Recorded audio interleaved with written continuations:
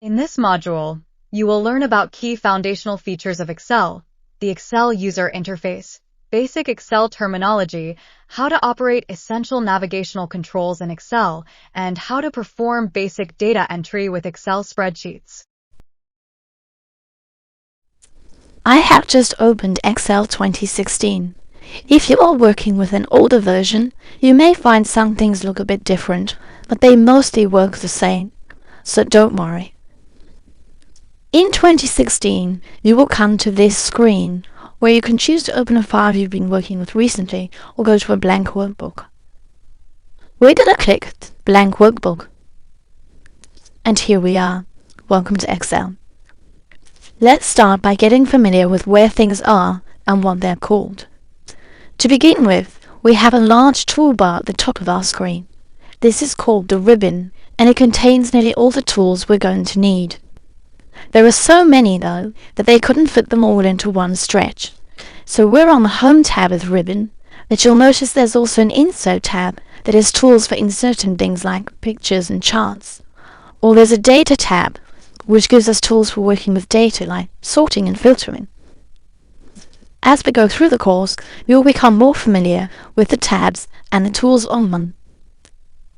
Coming back to the Home tab, though, I'd like you to notice that the tools haven't been scattered randomly across the ribbon. They have been logically grouped. So, for example, this group is called my Font group, and it contains all the tools I need for changing my text. At the bottom right-hand corner of some of the groups, you will find what's called a small dialog launcher. If you single-click on that, it opens up your additional options. We won't need these very often, but it's nice to know they're there. I'm going to click Cancel to close. One tab on the ribbon that is a little bit special is the File tab. When we click on the File tab, it brings us to the Backstage view, and this contains all the tools we need for managing our file, like Open, Save, or Close. To come out of the Backstage view, click on the back arrow or press the Escape key on your keyboard. Now we'd like to use our Backstage view to open our first file, so I'm going to click File and make sure you've come to Open. If you have worked with the file recently, it will appear in your Recents list. Otherwise, you will need to click the Browse button.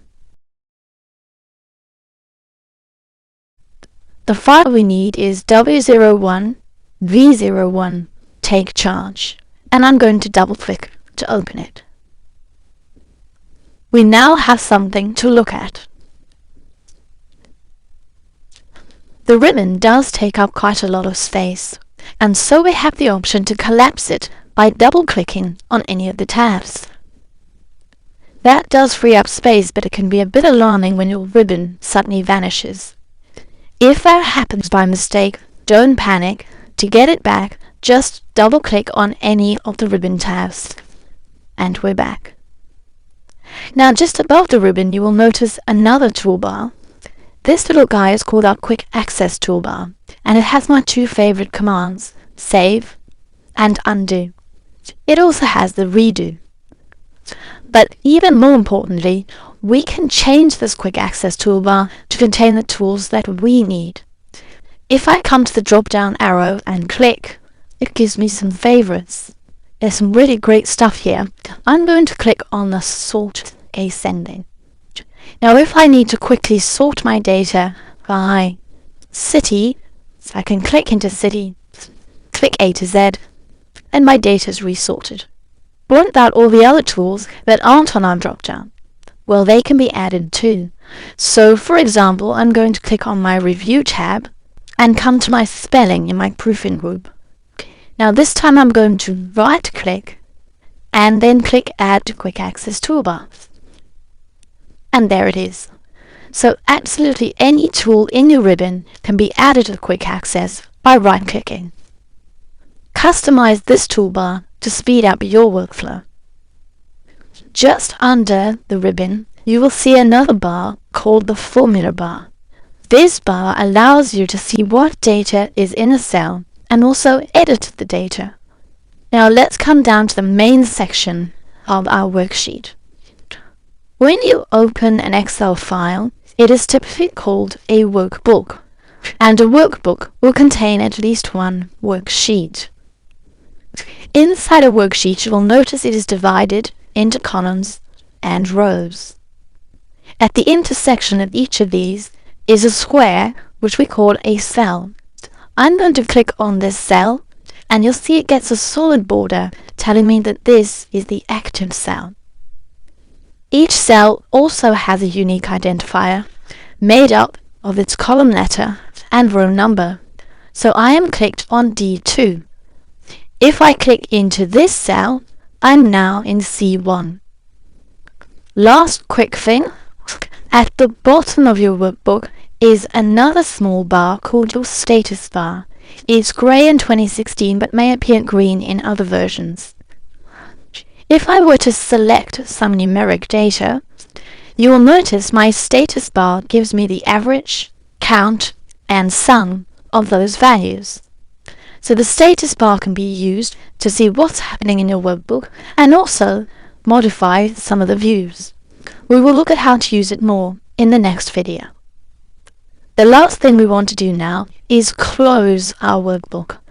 To do this, I'm going to click File and Close. Excel will check if I want to save first. If you want to keep your changes, press Save. If not, don't save.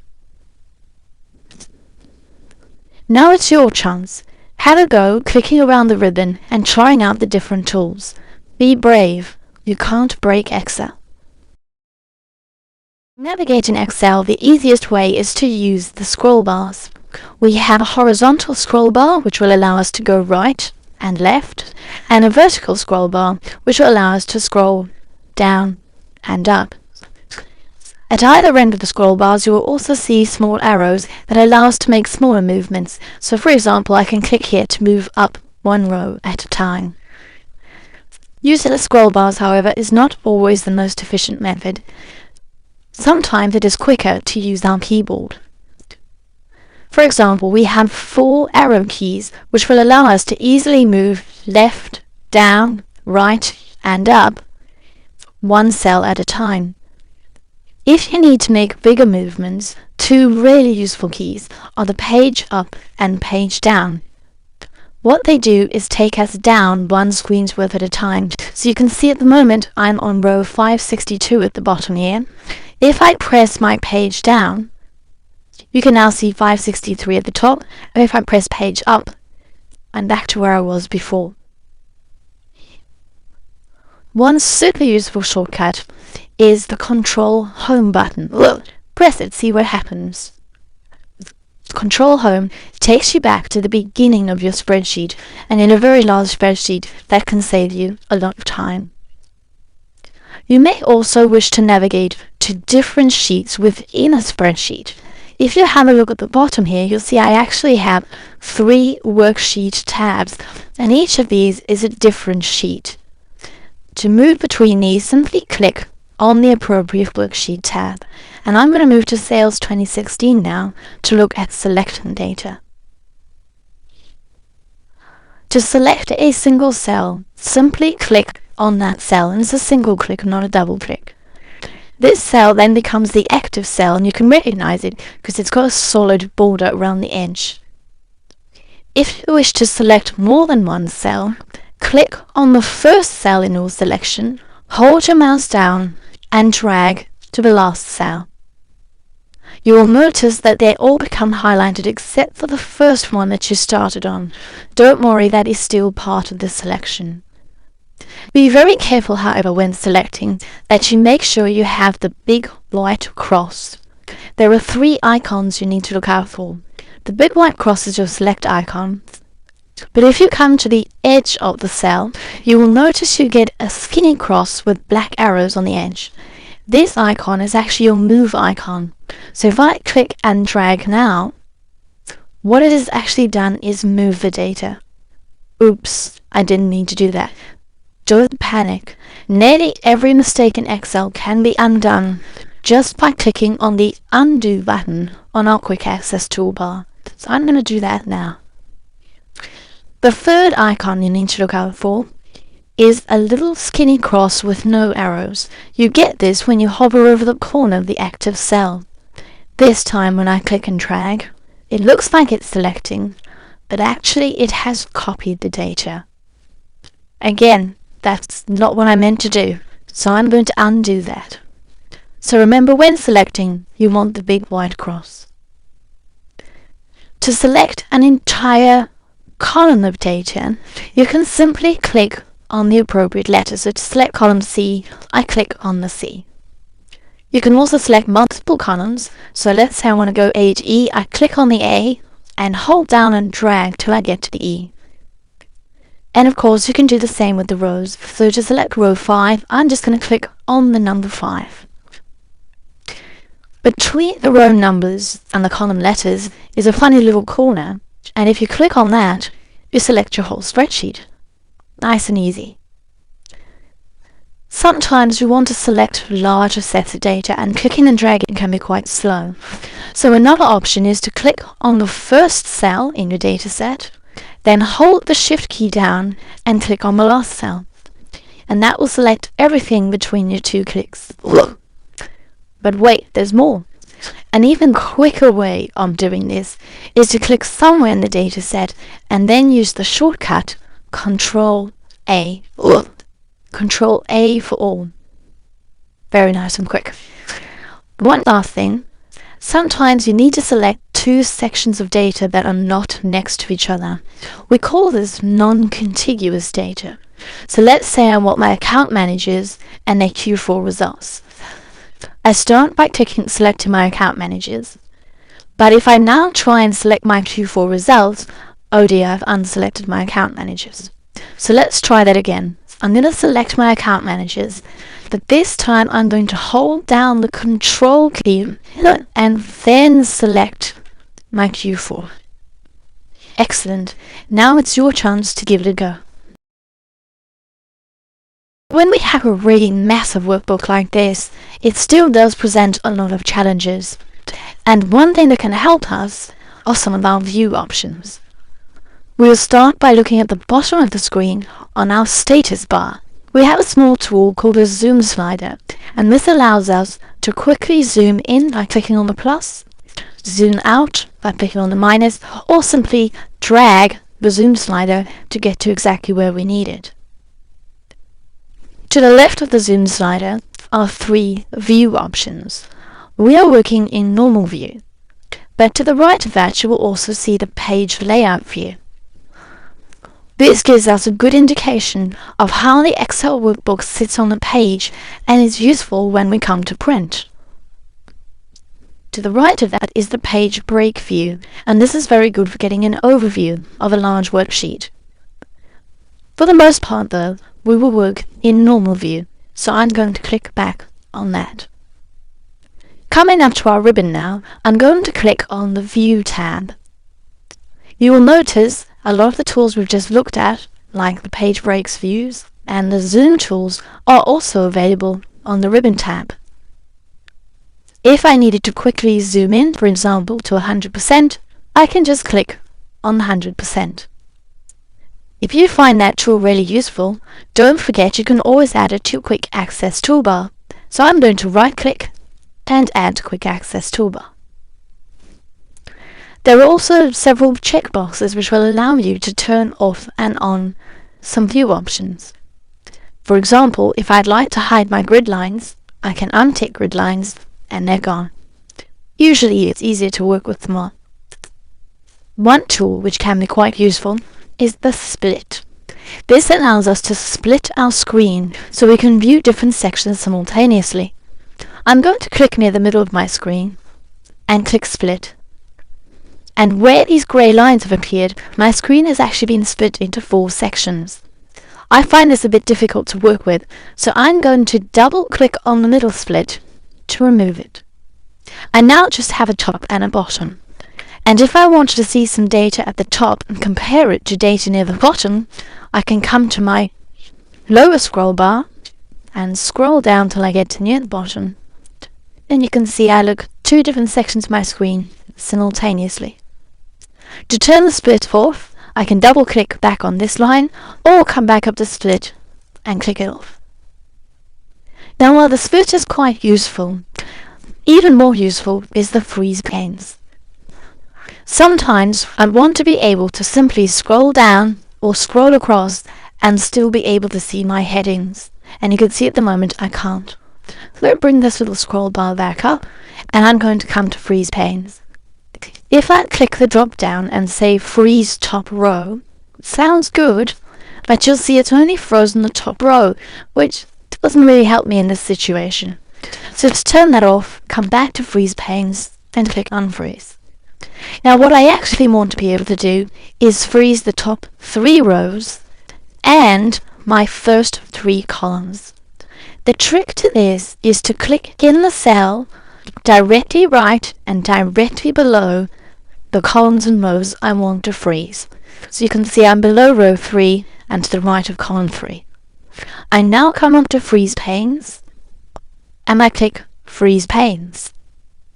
Some faint black lines have appeared, but you'll notice now when I scroll down, my headings stay fixed, and when I scroll right, my 3 columns on the left also stay fixed. And again, to turn freeze panes off, back to freeze panes and unfreeze. Now the last quick option I want to look at is the option to switch windows. This is useful when you have multiple workbooks open. So let's get another workbook open.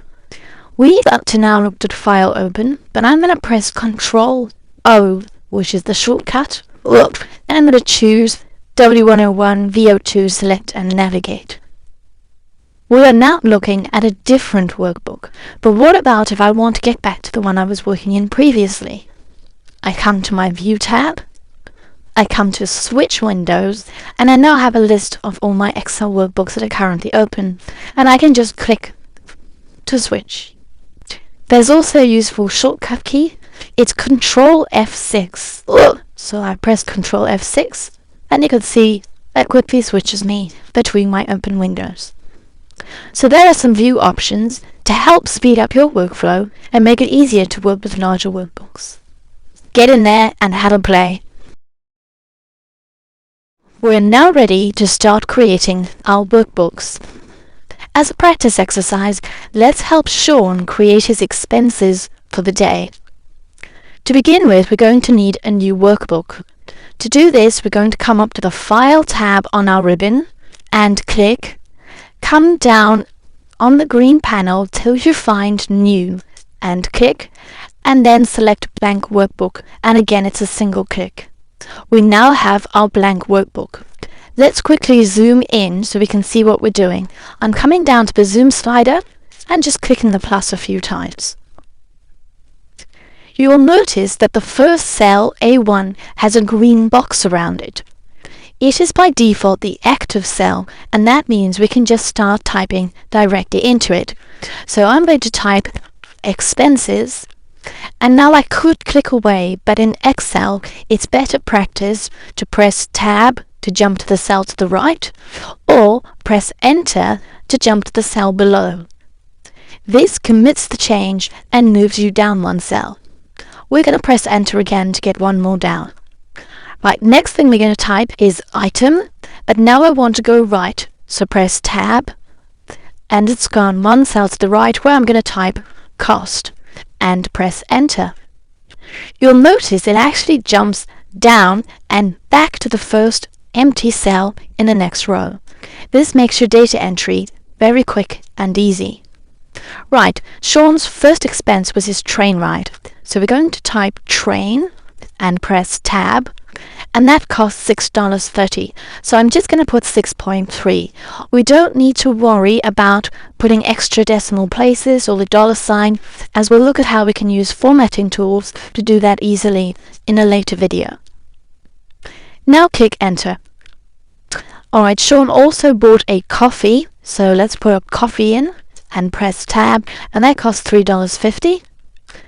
And then lastly he bought some lunch, and that cost $12, and Enter. He also bought a juice, but then he realizes actually he didn't buy that juice today. That was yesterday. So now he wants to delete that value from that cell.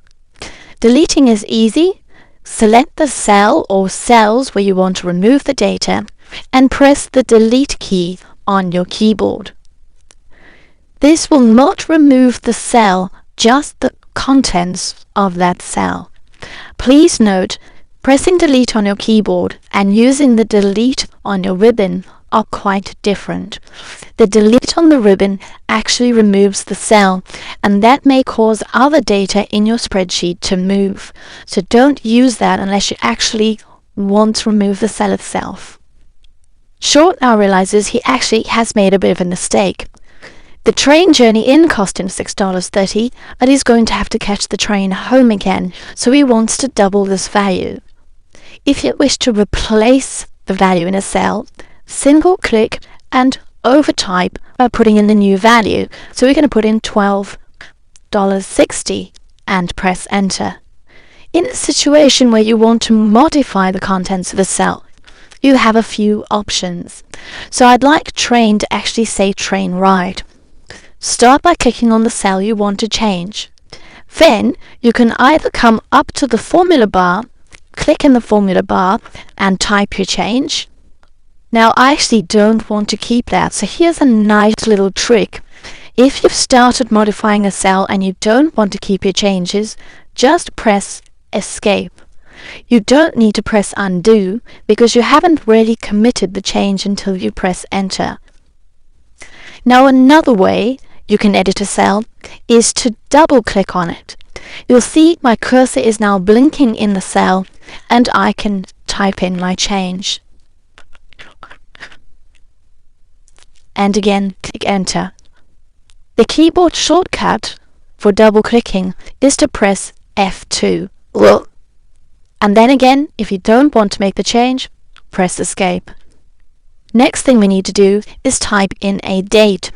So I'm going to come up to cell B1 and I'm going to type in the current date, which is the 12th of the 4th, 2017.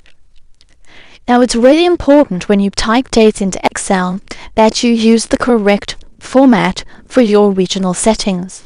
So in Australia, for example, we type day followed by month followed by year. If I was in the US, I would need to put month, then day, then year. Once you finish typing, click enter, and you will notice that Excel's actually made my column wide enough to fit the date, which is really handy, but it doesn't do that for all your data. So if you decide you want to adjust your column widths, come up to the top where you have your column letters, find the little separating line to the right of the column you want to make wider, and then click and drag. It is a very bad idea to leave blank columns in the middle of your data set, so if you need to, rather just make your columns a little wider. Now one last little thing to finish off our expenses, we need to total them up. So I'm going to click into B7, and here's a great trick. We're going to come up to our Home tab on our ribbon, and on the far right you will see a tool called AutoSum. We'll look at working with calculations in a lot more detail next week, but if you just quickly need to add up some numbers, you can click on the AutoSum. You'll see it's added up all the numeric values above the cell where I originally clicked, and then just press enter. So that's Sean's expenses complete. Why don't you now practice at creating your own expenses? The fill handle is located at the bottom right-hand corner of the cell, and when you hover over it, you should get a small black cross. At its simplest, the fill handle allows us to quickly copy. Let's have a look. So I'm going to click and drag down to row 17 and release, and it has copied my data for me. The fill handle can do some slightly cleverer things though as well. So I'm going to click onto B4 where I've got my record number, and I actually want these to go R1001, R1002. Let's see what happens when I drag my fill handle. Now what has happened here is the fill handle has given us what's called a series. Where you have a combination of text and numbers, it automatically adds 1 to the numbers. Well, that is interesting. Let's see what happens with our dates. So I'm going to click on the 1st to the 5th. This time, however, instead of dragging, I'm going to try a shortcut. I'm going to double click my fill handle. So 2 quick clicks. How good was that? And again, we've got that series where it's adding 1 to each date, which is perfect. Let's see what happens with days of the week. So I've clicked on Monday. I'm again going to come to my fill handle, double click. Well, that is clever. And that will work with days of the week, all months of the year. Now, I've done each of those individually so that you can see how they work. But to show you how quick this could have been, I'm going to undo those last 2 changes. I'm going to select all 3 of these and then double click my fill handle. And you can see you don't even have to do them one at a time. Excellent. Now, each of my help desk shifts is 8 hours. So really, I just want to copy that number 8 down. Let's see what happens when we double click the fill handle. And there we go. So that's interesting. With dates, we get a series. But with numbers, we automatically get a copy. Now I need to number my shifts for the next 2 weeks. But I know that when I double click my 1, I'm just going to get a series of 1s. However, Excel does actually give you options. Whenever you use the fill handle, you should see a little icon come up at the bottom, and if you hover over it, you'll see it's called Autofill Options. I'm going to click on the drop-down arrow, and you'll see it has done a copy, but you do have the option to do a fill series. Well, that's brilliant. I'm going to click on that, and there you go. Now let's see what would happen with our options for our dates. I'm going to come back to date here, double click, come and have a look at my options, and this time it has chosen fill series, but I could choose a copy.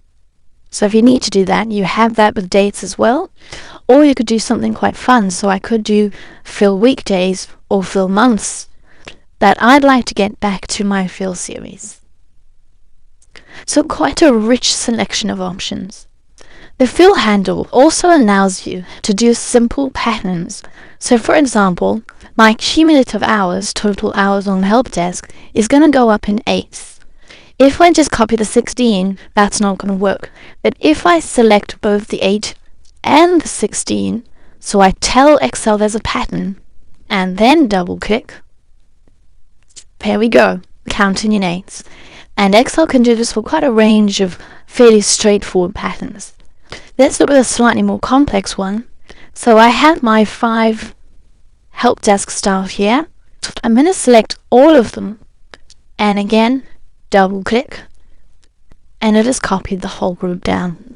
Now, one really exciting feature that was added in 2013, so this will only be available to 2013 and 16 users, is something called Flash Fill, which is an even more sophisticated pattern matcher. If you have a look here, I have Rajes's address, which is made up of his first name, a dot, his surname, and then the company name. Now, if I come and copy that down, it just copies it. But if I come to my autofill options, you'll see there's an option to do flash fill. And when I click on that, it spots the pattern and automatically creates addresses for all my staff. Wasn't that quick? Have a go at using the fill handle yourself. In Excel, we can easily share, move, or duplicate data by using Excel's copy, cut, and paste tools. These tools are located in the Clipboard group on the Home tab of the ribbon. There are 4 steps to the copy process. So for example, if we want to copy the word total from E5 to A10, step 1, click on the cell you want to copy. Now click Copy in the Clipboard group. You will notice this dashed line appearing around the copied area. This indicates that the values have been copied to the clipboard. This is an area in memory that is shared by many applications. This allows us to copy not just to different spreadsheets, but even to different programs. Step 3. click in the cell where you want to paste the data, and step 4, click Paste. Note in Excel it doesn't just copy the value in the cell, it also copies the formatting. Also, a little clipboard icon appears whenever you paste. This is very useful as it allows us to change our paste options at the time when we paste. If we click the drop-down, you will see some of the other paste options we could choose from. So for example, if we didn't want the formatting, we could choose to just paste values. This clears any formatting, but be warned, it will also replace any calculations with the results from those calculations. Having pasted, our dashed line does not disappear. This means we can continue to paste the copied area. If you want to remove it, however, just press Escape on your keyboard.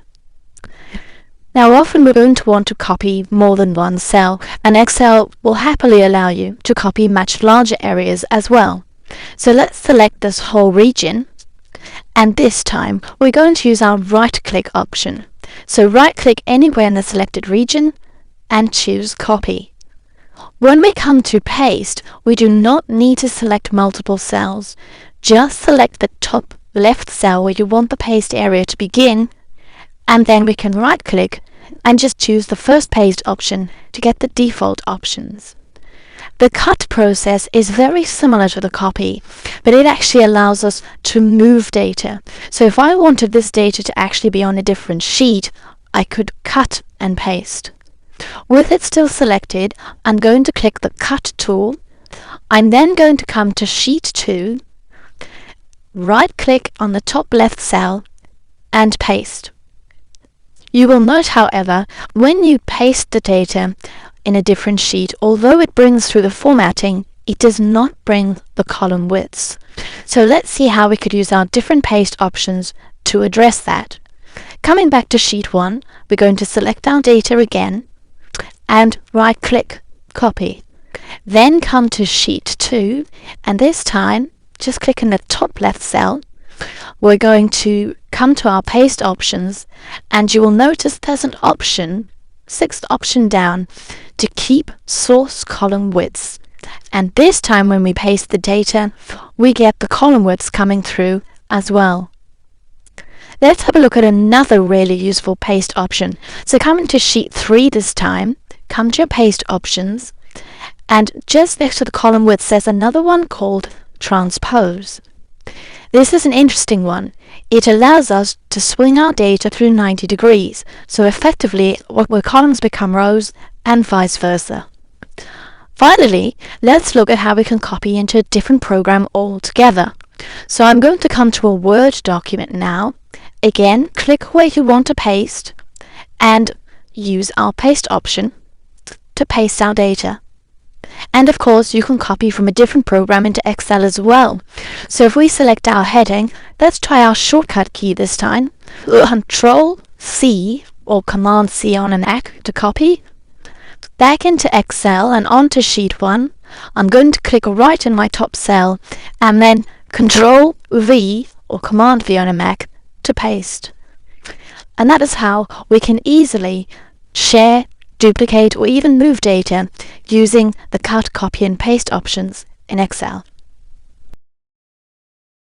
So we've now seen how we can create our own Excel workbook from scratch using the blank workbook template.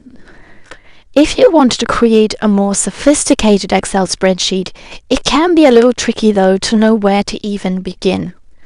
Excel helps us by giving us a large selection of templates that we can choose from to get us started. Let's take a quick look at how we can use Excel's online templates. If you open one of the newer versions of Excel, you will see a large range of templates as you open it. If you're working with one of the older versions, you may need to select File and New. And again, that will let you choose either a blank workbook or a selection of templates. If you scroll down, you will see there's quite a lot to choose from just from this brief preview. There are project trackers, to-do lists, budgets.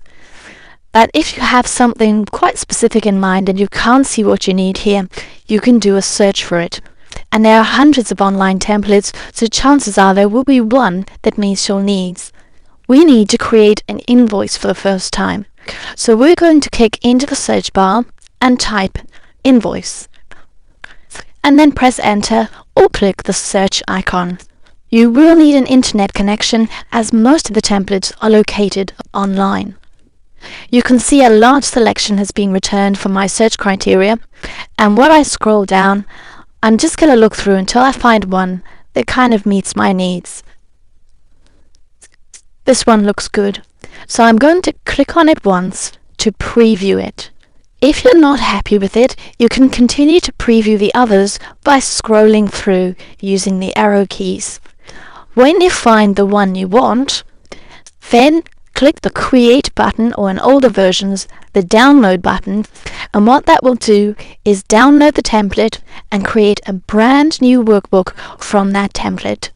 Now all you need to do is customize this to your own needs. So really easy to use Excel templates to get you started.